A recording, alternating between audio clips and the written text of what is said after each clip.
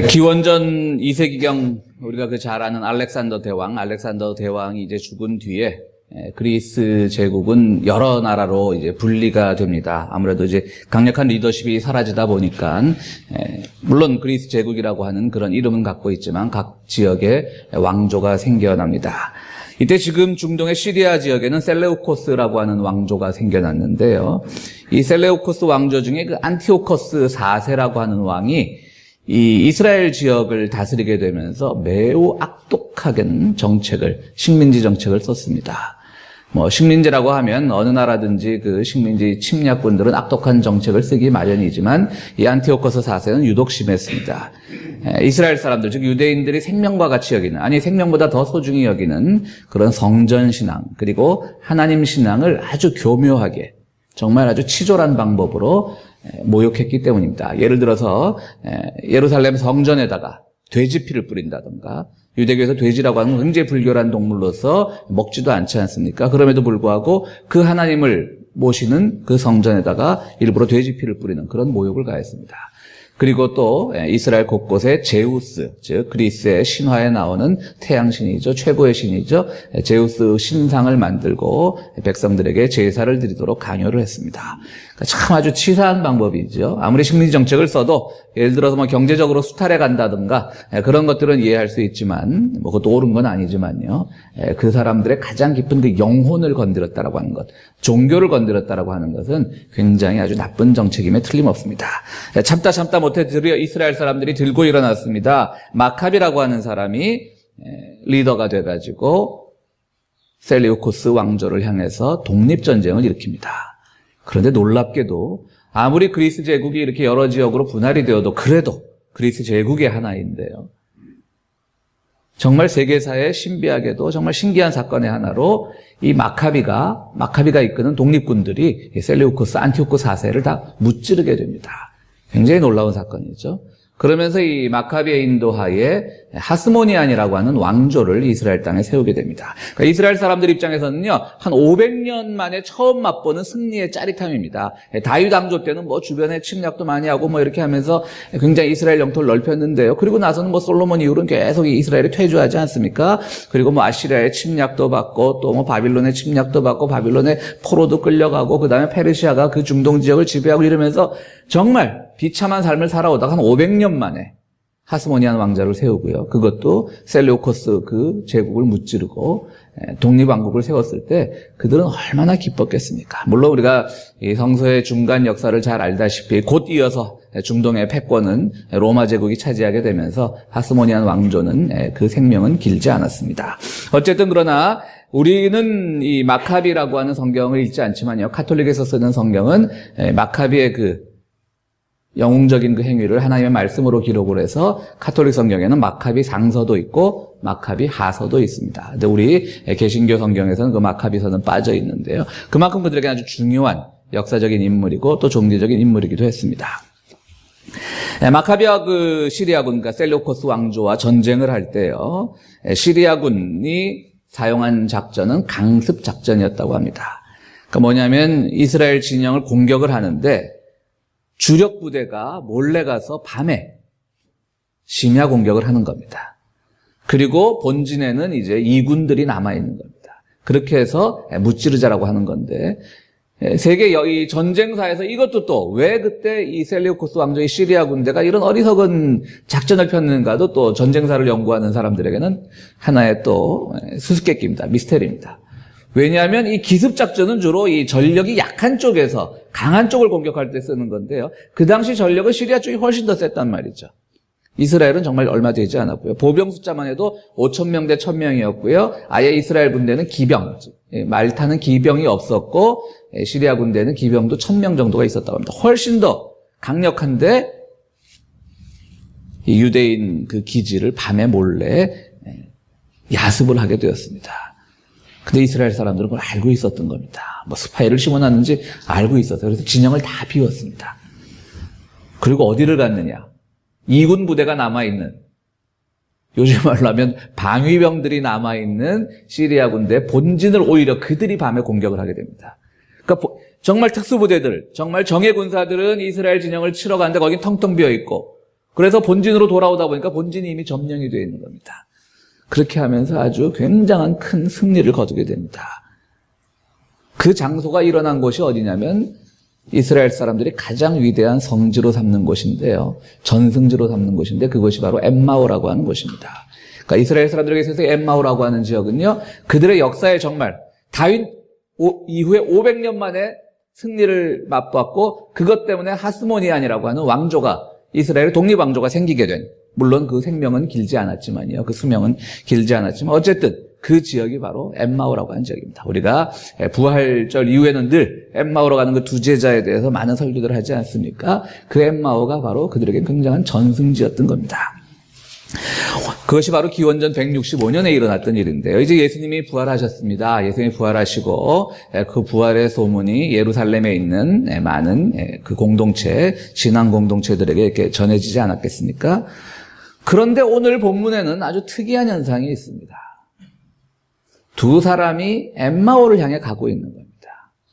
그야말로 전승지, 그들의 역사에 있어서 승리의 기쁨을 주었던 그 지역으로. 물론 지금은 그런 역사가 다 사라졌지만 어쨌든 그 당시로는 그 사람들에게는 그 당시 기준으로 하면 160년 전에 멀지 않은 과거죠. 한 200여 년 전에 일어났던 그 일을 기억을 하면서 엠마오로 가고 있는 겁니다. 근데 이 사람들이 어떤 사람이냐면 오늘 우리가 엠마오 24장 1절부터 다 읽지 않았지만요. 보면은 이 사람들은 그 부활의 현장에 있었던 사람들이에요. 글로바라는 사람과 또 한 명의 친구가 같이 걸어가고 있는데요. 부활의 현장에 있었고 부활의 소식을 알고 있던 사람인데 그들은 왜 예루살렘에 머물지도 않았고 부활하신 주님이 그러면 우리가 갈릴리에 가서 그 순박한 사람들이 살고 있는 갈릴리에서 보자라고 여인들과 제자들에게 말한 그 갈릴리로 가지도 않고 왜 이들은 엠마오로 가고 있었을까요? 이게 굉장히 미스터리인 겁니다.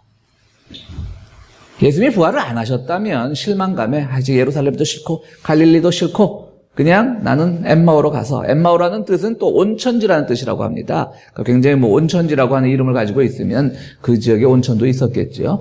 그러니까 여러 가지 생각이 있었을 겁니다. 세상 다 귀찮다. 온천에 가서 쉬자. 라고 하면서도 뭔가 또 역사적 책임감, 사회적 책임감이 있으니까 우리 민족이 승리를 거뒀던, 한 200년 전에 승리를 거뒀던 그곳에 가서 내가 새로운 다짐을 해보자. 이런 마음도 있을 수 있을 거고요. 어쨌든 엠마오로 가면서 여러 가지 이야기들을 합니다. 그때 부활하신 예수님이 탁 나타나는 겁니다. 그리고 그들과 함께 걷기 시작하는 겁니다. 그러면서 예수님이 그에게 슬쩍 끼어들었어요. 무슨 얘기들을 그렇게 심각하게 하십니까? 라고 하니까 이 엠마오로 가던 두 사람이 이렇게 얘기를 하지 않습니까?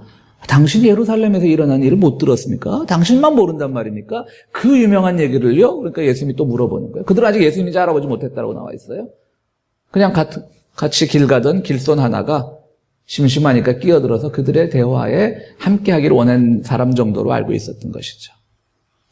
당신만 모른단 말입니까? 그러니까 뭔데요? 라고 물어보니까 오늘 본문에 보면 이 엠마오로 가는 두 제자 중에 한 사람이 장황하게 설명을 합니다. 이러해서 예수라고 하는 분이 우리를 위해서 그동안 많은 기적을 베풀고 여러 가지 이적을 베풀고 하나님 나라에 대한 복음을 선포하시다가 그것이 오해가 되어서 사람들의 그 심기를 건드려서 지도자들의 심기를 건드리고 로마 군대의 심기를 건드려서 십자가에 못 박혀 죽었는데 사흘 만에 부활을 하셨대요. 내가 아는 여자가 있는데 이제 그 부활의 첫 증인이었던 여인들을 말하는 것이겠죠. 우리가 아는 여자가 있는데 같이 공동체 요즘 말하면 같은 교회 다니던 우리 권사님이 있는데 집사님인데 그분들이 가서 봤대요. 우리도 막 가서 보니까 실제로 무덤에 시체가 없어졌어요. 어떻게 그걸 당신만 몰라요? 그 유명한 소문을? 라고 우리요 그 부활의 주체이신 예수님을 지금 타박을 하고 있는 겁니다. 면박을 주고 있는 겁니다. 여러분 재밌지 않습니까? 이 사람들은 가장 정확하게 부활의 증인이 되었고 가장 정확하게 예수님의 부활이 주는 신앙적 의미 혹은 신학적 의미를 지금 예수님에게 정확하게 설명을 하고 있습니다. 정확합니다. 그들이 말하는 그 신앙적인 설명에는 한 점 의혹도 없이 바로 예수님의 부활 사건을 가장 잘 설명했는데요. 그들의 발걸음은 어디를 향하고 있냐면 엠마오를 향하고 있는 거예요. 예루살렘에 있는 것도 아니고 갈릴리로 가는 것도 아니고 부활하신 주님을 따라서 함께 새로운 사역, 새로운 교회를 세우기 위한 어떤 그 사역에 함께하는 것이 아니라 부활을 다 알고 있으면서 신앙을 다 알고 있으면서 그들은 오히려 엠마오로 가고 있는 겁니다. 말씀드렸듯이 부활이 가져다주는, 이 사람들 어쩌면 너무나 똑똑한 사람들일지 몰라요. 부활은 분명히 승리와 영광의 상징이지만 부활 이후에 그들에게 일어날 일들이 더 고통스럽다는 것을 알았던 굉장히 지혜로운 사람들일 수도 있습니다. 사실 여러분, 우리가 부활하면 그리스도께서 죽음에서 죽음의 권세를 무찌르고 승리하셨습니다. 우리 성도들에게 영광의 사건입니다. 하지만 초대교회에서 부활 이후에 일어난 사건들은 뭡니까? 예수님의 거의 모든 제자들이 다 순교하지 않았습니까? 그들이 각 지역으로, 이제 부활의 증인이 된 그들은 각 지역으로 나가서 정말 십자가에 달리기 전까지는 예수님을 3번이나 부인했던 베드로 같은 사람들도 각 지역으로, 안드레도, 모든 사람들, 야고보도 요한도 모든 지역으로 흩어져서 교회를 세우고 복음을 전파합니다. 그들에게 있어서 세상적으로만 보자면 부활은 영광된 사건도 아니고 승리도 아니에요. 패배예요, 패배. 얼마나 다 비참하게 순교를 당했습니까? 엠마오로 가는 이 두 사람은요, 지혜로운 사람들인 거죠. 부활은 봤는데 부활이 가져다주는 그 고난에 동참은 하기 싫은 거예요.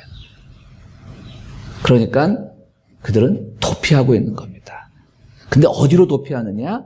그들은 그저 옛날 영광에만 머물고 싶은 거예요. 그래도 우리 민족이 한때 훌륭한 때가 있었어. 그래서 마치 우리가 막 역사책을 보면서 막 임진왜란에 관한 역사책을 보면서 병자호란에 관한 그 역사 드라마를 보면서 주먹을 불끈불끈 쥐고 우리 민족이 대단하다라고 하는 그것만 빠지고 다른 건 안 하잖아요, 우리가. 이 사람들도 그런 심리를 가지고 지금 엠마오로 가고 있는 겁니다. 혹시 저는 오늘 우리들에게 주시는 이 말씀이 우리들을 향한 말씀이 아닌가 이렇게 생각을 해봤습니다. 분명히 우리는 부활이 무엇입니까? 라고 말하면 잘 설명할 겁니다. 그렇죠? 죄 많은 우리들을 구원하시기 위하여 이 땅에 주님께서 오셨다가 그 주님은 하나님과 동등본체시고 삼위일체 하나님의 한 위격이시고 그래서 우리의 죄를 대신해서 십자가에 못 박혀 죽으셨고 그러다 사흘 만에 부활하셔서 우리는 그분을 믿음으로 말미암아 십자가의 공로로 우리 모두 죄 사함을 받았습니다. 그럼 여러분 할렐루야 하셔야 되는 거예요. 아무도 안 하셔. 다 알잖아요. 모르는 사람 어디 있어요, 우리가. 가장 교회 오면 교회 가장 기초적인 신앙 공부고요. 가장 우리의 기초적인 지식입니다. 다 압니다. 모르는 사람 없을 겁니다. 아마 지금 주일학교 예배드리는 우리 어린아이들도 예수님의 죽음의 의미, 부활의 의미를 설명하라고 하면 아주 명쾌하게, 어쩌면 우리보다 더 일목요연하게 잘 설명할 겁니다. 오늘 우리들은 그런데 이렇게 부활에 대한 신앙을 잘 알고 있는데 어디 가서 우리는 잘 설명할 수 있는데 우리의 발걸음은 오히려 어디를 향하고 있느냐? 엠마오를 향하고 있다라고 하는 겁니다. 부활신앙을 알았으면 예루살렘이든 갈릴리든 가서 부활신앙의 첫 증인이요 첫 부활신앙의 실천자가 돼야 되는데 그렇게 하고 있지 않다라고 하는 겁니다. 결국 이 사람들이 막 길을 걸어갑니다. 걸어가다가 예수님께서 다 설명을 해주시는 겁니다. 이것은 과거의 예언서부터 이렇게 다 됐던 일이고 부활 사건이 일어난 것이다. 그리고 이제 날이 저무니까 어느 숙소에 머물지 않습니까? 거기서 예수님과 함께 떡을 떼고 잔을 나누면서 성찬식을 거행합니다. 그때 그들이 주님을 알아봤습니다. 눈이 벌쩍 뜨였습니다. 주님을 알아봤다는 건 무슨 뜻이죠? 지금처럼 TV가 있던 시절도 아닌데 저분이 예수님인지 알아봤다라고 하는 것은 바로 함께 있었던 사람들이라는 것이죠. 아주 측근의 제자였다는 뜻입니다. 12제자에 속하지 않았겠지만 아주 가까운 제자였다는 것입니다. 예수님을 알아봤습니다. 근데 알아보는 그 순간 오늘 본문 이후에 보면 예수님은 그 순간 사라져버립니다. 이제 부활하신 예수님은 어떤 시공을 초월해서 움직이실 수 있는 분이기 때문에 그들 눈앞에서 사라져버린 겁니다. 그리고 그들은 어떻게 합니까? 예루살렘으로 돌아가기로 결정을 합니다. 부활하신 주님을 만나고 그들은 예루살렘에 가서 더 이상의 이 글로바라와 그 친구에 대한 기록은 성경에 나오지 않지만 그들은 교회를 세우고 예수님의 본래 제자들 못지않은 그런 고난의 길을 가다가 결국은 어디선가 순교했을지도 모릅니다.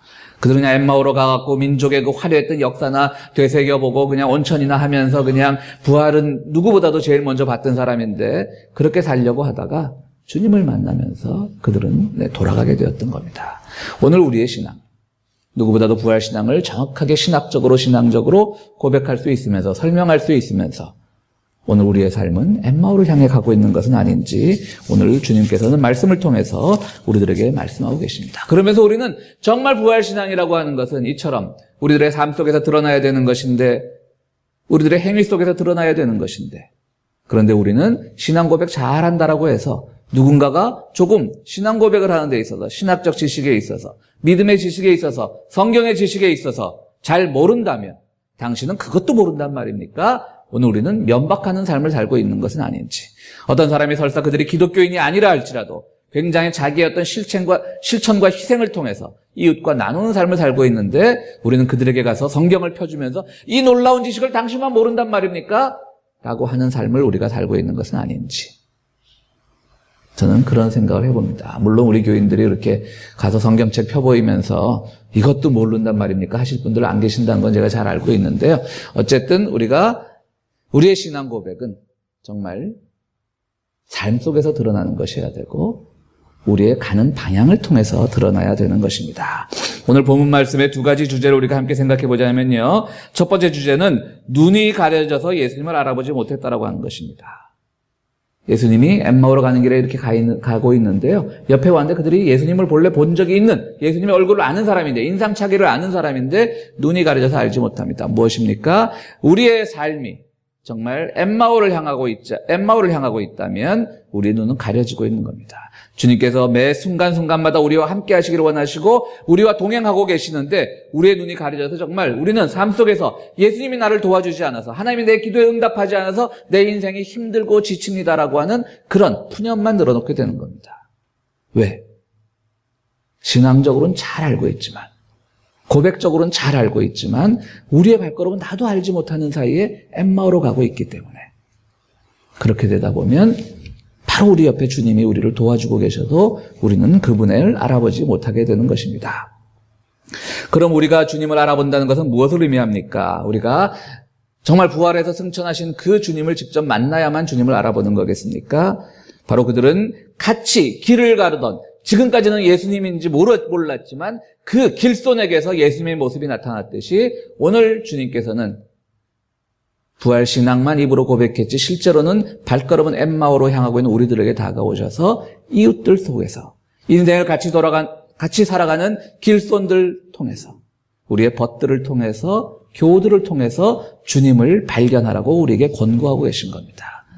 우리가 예수님을 하늘에 계신 것이 아니라 바로 오늘 우리의 이웃의 모습 속에서 우리들 사이에서 성도의 교제 속에서 작은 나눔 속에서 작은 희생과 봉사 속에서 주님이 우리와 함께하고 계시다는 것을 그때 그분이 발견된다고 하는 것입니다. 영국의 유명한 여성 신학자 중에 이블린 언더힐이라고 하는 사람이 있는데요. 이분이 이런 말을 했습니다. 가장 타락한 종교란 무엇이냐?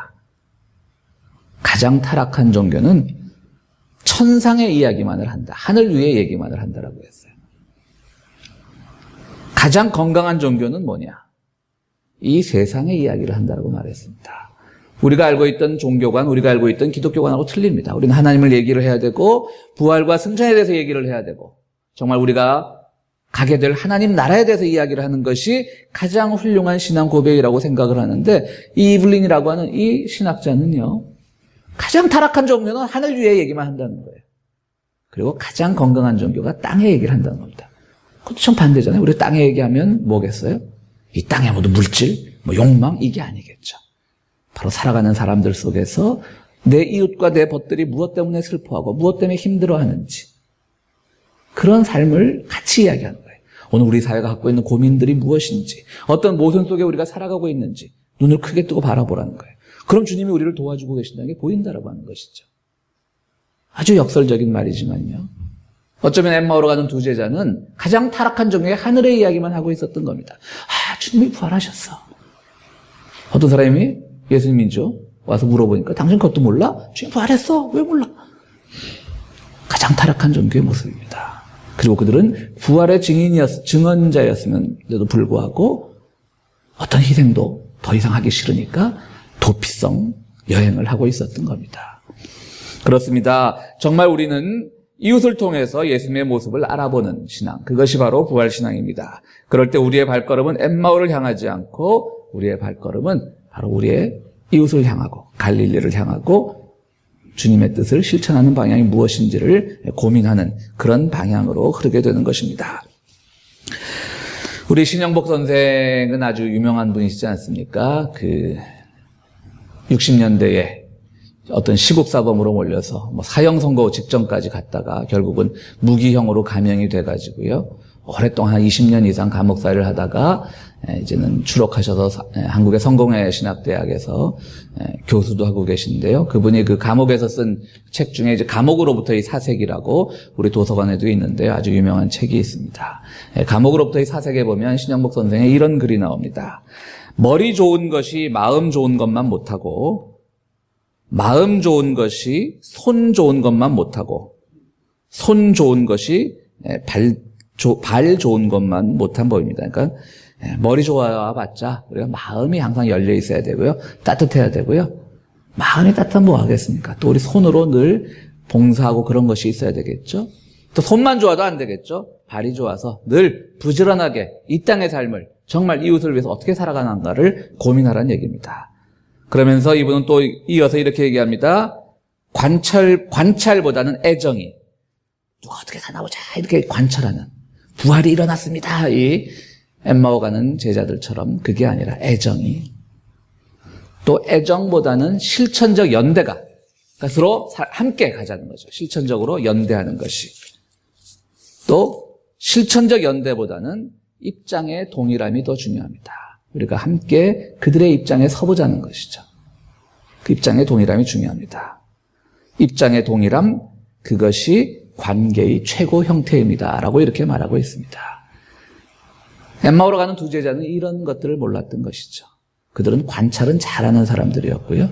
누구보다도 머리 좋은 사람들이었고 성서의 지식, 부활의 증언에 대해서 정확하게 고백할 수 있는 사람들이었지만 그들은 실천적으로 연대, 함께 살아가는 방법을 몰랐던 것이고요. 그들은 애정이 부족했던 사람들인 겁니다. 그러다 보니까 주님을 보는 눈이 어두워진 겁니다.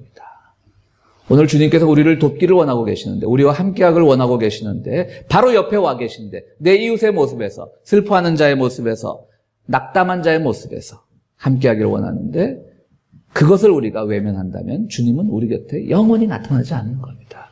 우리는 그리고 가장 타락한 형태의 종교처럼 하늘 위에 계신 주님만을 자꾸 찾게 되는 겁니다. 그 신앙은 결코 우리들에게 올바른 신앙이 아닐 것입니다. 오늘 본문은 우리들에게 두 번째 메시지를 전하고 있습니다. 엠마오로 가는 그 제자들이 보여줬던 모습처럼 오늘 우리는 어디로 가야 하는지를 모르는 신앙을 갖고 있는 것은 아닌지 그런 생각을 해보게 됩니다. 목적지를 상실한 신앙입니다.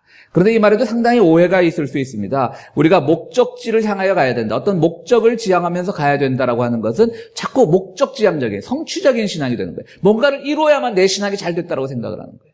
우리가 지금 갈 바를 알지 못한다라고 하는 신앙은요, 뭔가를 이루라는 것이 아니에요. 목적지향적인 삶을 살라는 거 아니에요.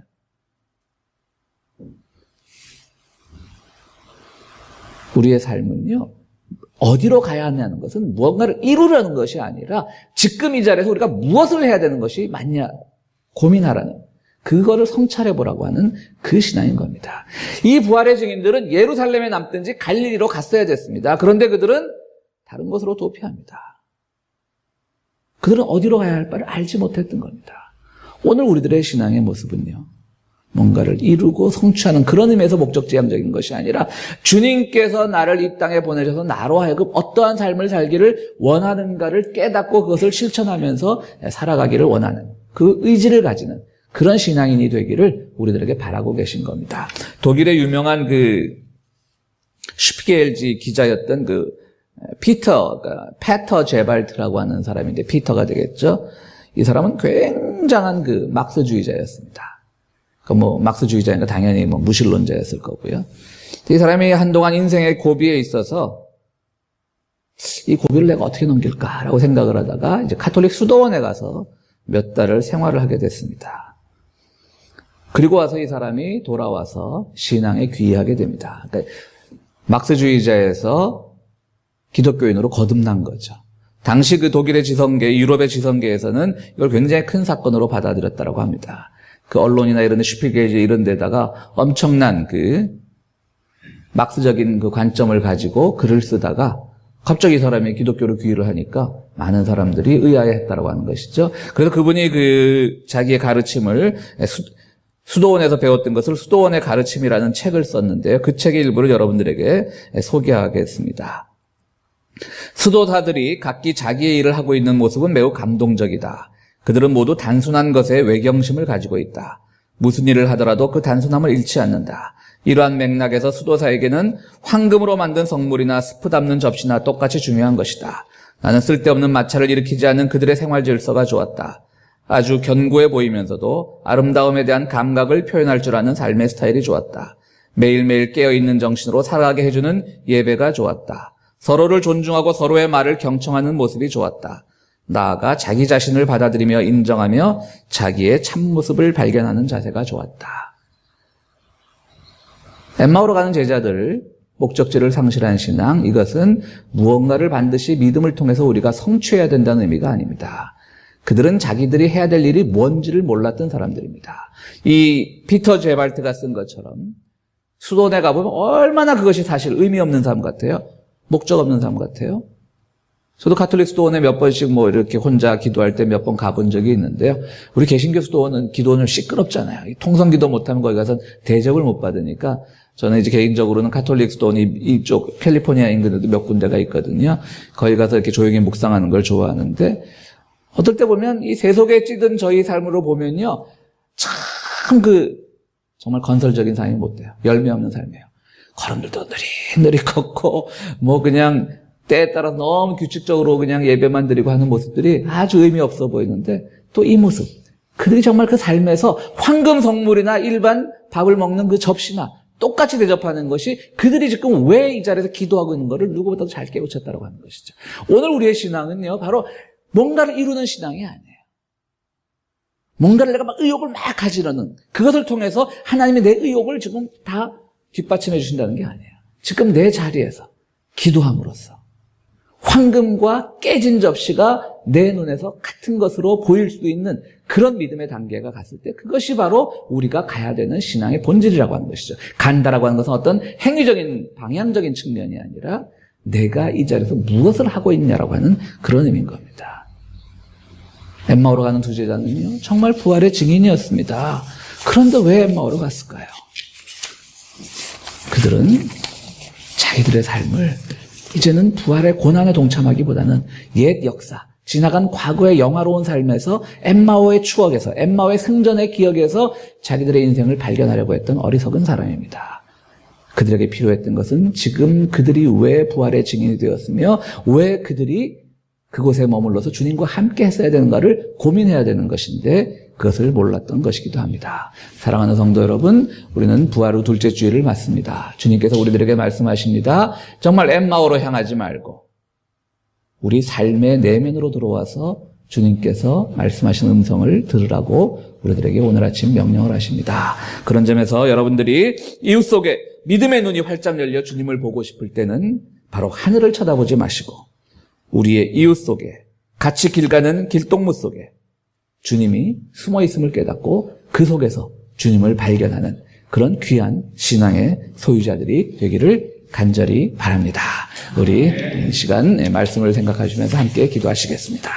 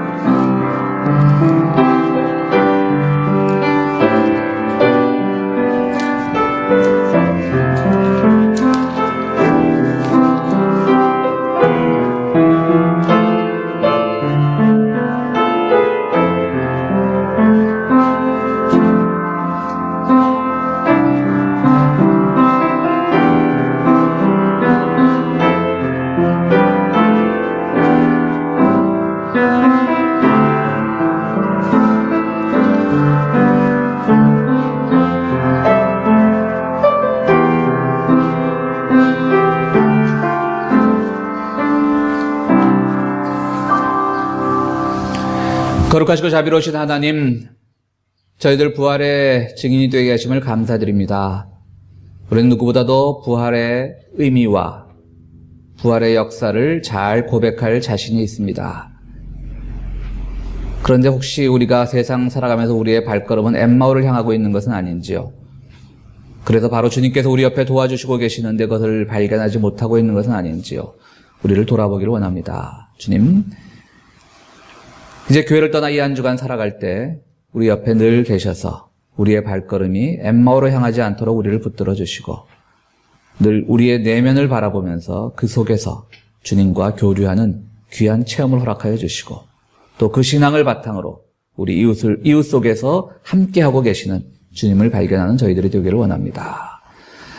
귀한 예물을 가지고 나온 손길들을 기억하여 주시옵소서. 주님께서 늘 우리의 삶의 일터를 제공하여 주셔서 거기서 얻은 소득의 일부를 주님에게 바칩니다. 이 땅의 일이지만 이 땅의 일을 통하여 하나님의 영광이 드러나기를 원하오니 드리는 손길마다 주의 은총을 더하여 주시옵소서. 예수 그리스도 이름으로 기도하옵나이다. 아멘.